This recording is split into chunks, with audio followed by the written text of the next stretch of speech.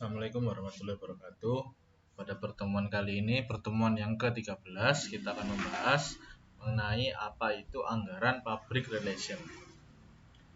Anggaran public relation itu adalah biaya-biaya atau pengeluaran yang dikeluarkan untuk kegiatan public relation, di mana keseluruhan anggaran yang disiapkan dalam public relation adalah suatu proses yang berawal dari riset dan diakhiri pula dengan riset.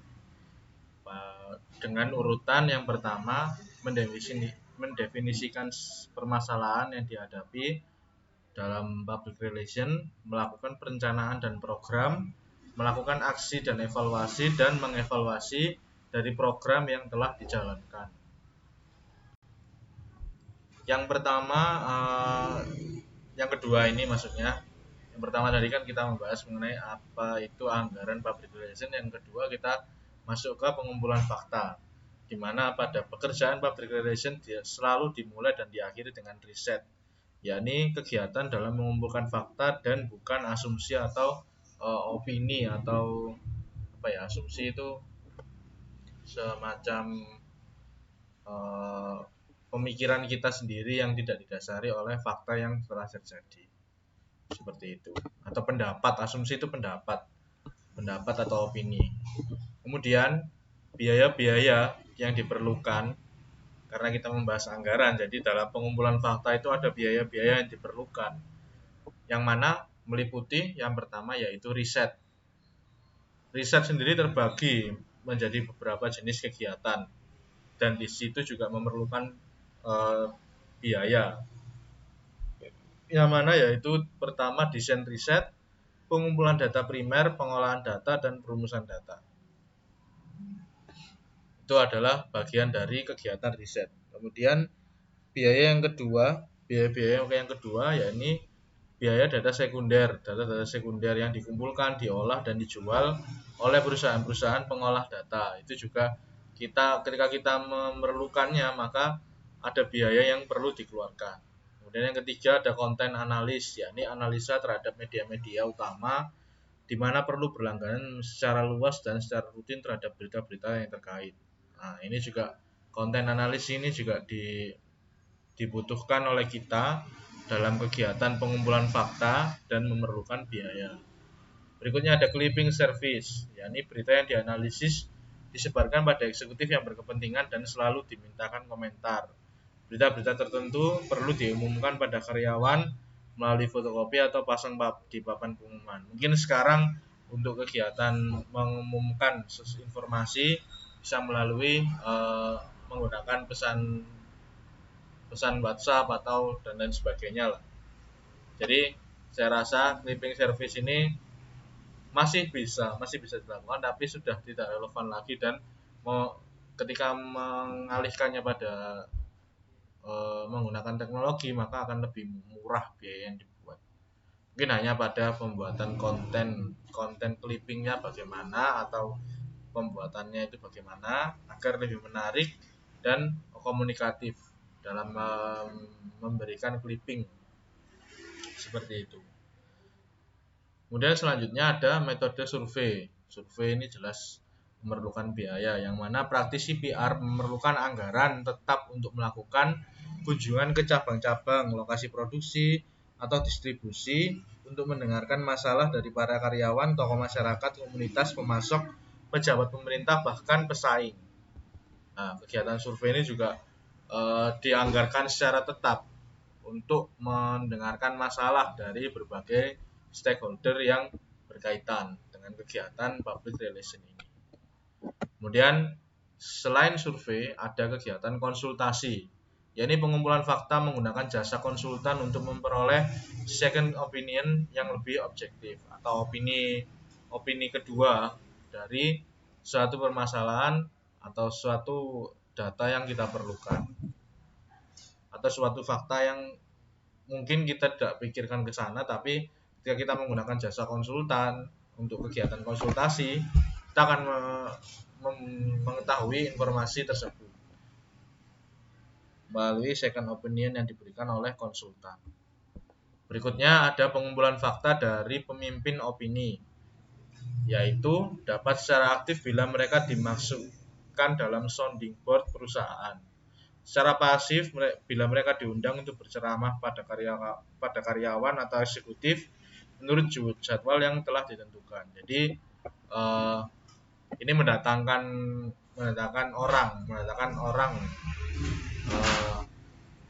menandakan pemimpin opini. Misalkan untuk suatu permasalahan A, ini ada orang yang mempunyai pendapat yang digunakan oleh banyak orang atau diakui oleh banyak orang. Nah, itu seorang tersebut bisa didatangkan di perusahaan untuk berbicara atau memberikan ceramah kepada karyawan, dan tentunya mendatangkan orang dari luar ini juga akan mengeluarkan biaya dan harus dimasukkan dalam anggaran jika diperlukan. Kemudian yang terakhir, yakni buka telinga, membentuk acara khusus atau forum diskusi untuk memberikan masukan-masukan, semisal sales meeting, yakni pertemuan untuk mendengar masukan dari para salesman, atau serasean lah mungkin maksudnya, bahasa lainnya selain bahasa yang tadi buka telinga. Jadi mendengarkan aspirasi dari orang-orang yang bekerja dengan kita melalui suatu pertemuan yang dibentuk untuk mendengarkan para masukan-masukan dari orang lain yang memerlukan yang kita perlukan datanya, seperti itu. Jadi itu adalah proses pengumpulan fakta. Nah, tadi sudah banyak dijelaskan biaya-biaya yang diperlukan, itu banyak sekali: riset, data-data sekunder, konten analis, clipping service, survei, konsultasi, dan pengumpulan fakta dari pemimpin opini dan buka telinga atau sarasehan. Berikutnya kita masuk ke penyusunan strategi, yang mana anggaran terbesar pada tahap ini dialokasikan kepada manusia, yakni jasa perumusan strategi. Jika perusahaan tak ingin menggunakan jasa konsultan, maka perusahaan perlu menggaji seseorang praktisi yang profesional, yang mempunyai pengalaman dan pendidikan yang memadai dengan nilai yang tinggi. Strategi yang baik disusun berdasarkan kombinasi dari data atau fakta, pengalaman dan kepekaan, ilmu dan teknologi. Ilmu ini bisa berupa analisis, dan teknologi bisa berupa forecasting atau pengolahan data. Jadi penyusunan strategi yang baik adalah mengkombinasikan 4 hal itu tadi. Yang mana biasanya sebuah perusahaan itu lebih baik memberikan atau mengalokasikan anggaran penyusunan strategi ini kepada jasa konsultan daripada harus menggaji seorang praktisi, karena menggunakan jasa konsultan itu hanya satu case selesai, tapi kalau menggaji seorang praktisi itu akan lebih lama, akan lebih banyak biaya yang dikeluarkan. Tapi jika memang dia ditugasi selama bekerja di situ menjadi seorang praktisi public relation, ya tidak apa-apa, tergantung kemampuan dari perusahaan. Kalau perusahaannya mampu untuk menggaji, ya silahkan, karena biasanya lebih murah menggunakan jasa konsultan. Seperti itu. Selanjutnya, kampanye public relation. Ini juga menjadi bagian dari anggaran yang dikeluarkan dalam kegiatan public relation. Ini adalah anggaran terbesar PR yang sebagian besar akan beralih kepada pihak lain yang terlibat dalam aksi dan komunikasi. Kampanye yang dipilih dengan objektif yang tidak dicapai. Tidak semua alternatif dalam kampanye akan dilaksanakan. Alternatif lain adalah membebankan biaya komunikasi pada bagian-bagian lain. Nah, ini adalah penjelasan sedikit mengenai kampanye public relation. Jadi kegiatan kampanye ini memang kegiatan yang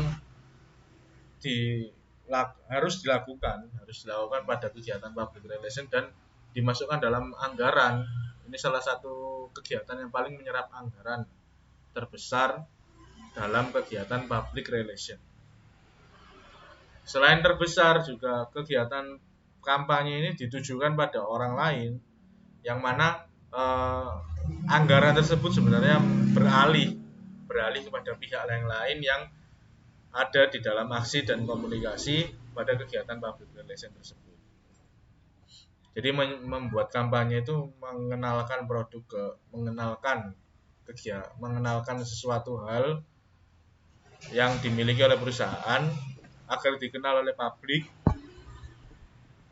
Kemudian biaya-biaya yang kita keluarkan itu adalah untuk menyampaikan hal tersebut atau akan beralih kepada pihak lain.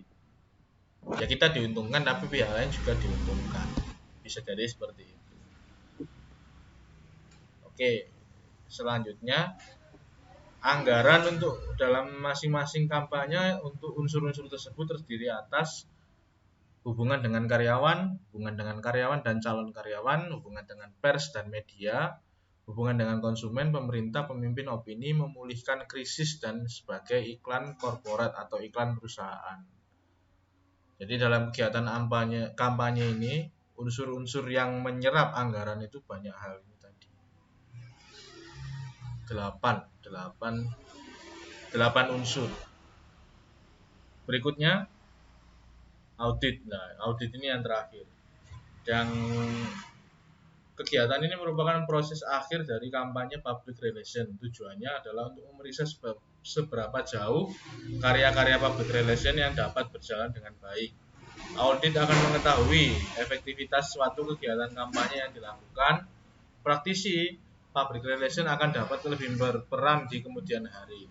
Audit sebaiknya dilakukan oleh pihak ketiga dengan tujuan agar hasil yang dicapai adalah jernih dan objektif. Jadi auditnya tidak dilakukan oleh sesama orang yang di dalam, tapi dilakukan oleh pihak ketiga agar hasilnya lebih jernih dan objektif. Karena orang yang pihak ketiga ini tidak ada kepentingan di dalam perusahaan tersebut atau di dalam kegiatan kampanye tersebut. Jadi itu pembahasan kita mengenai anggaran public relation. Kurang lebihnya saya mohon maaf. Apabila ada pertanyaan bisa disampaikan di forum diskusi. Terima kasih. Assalamualaikum warahmatullahi wabarakatuh.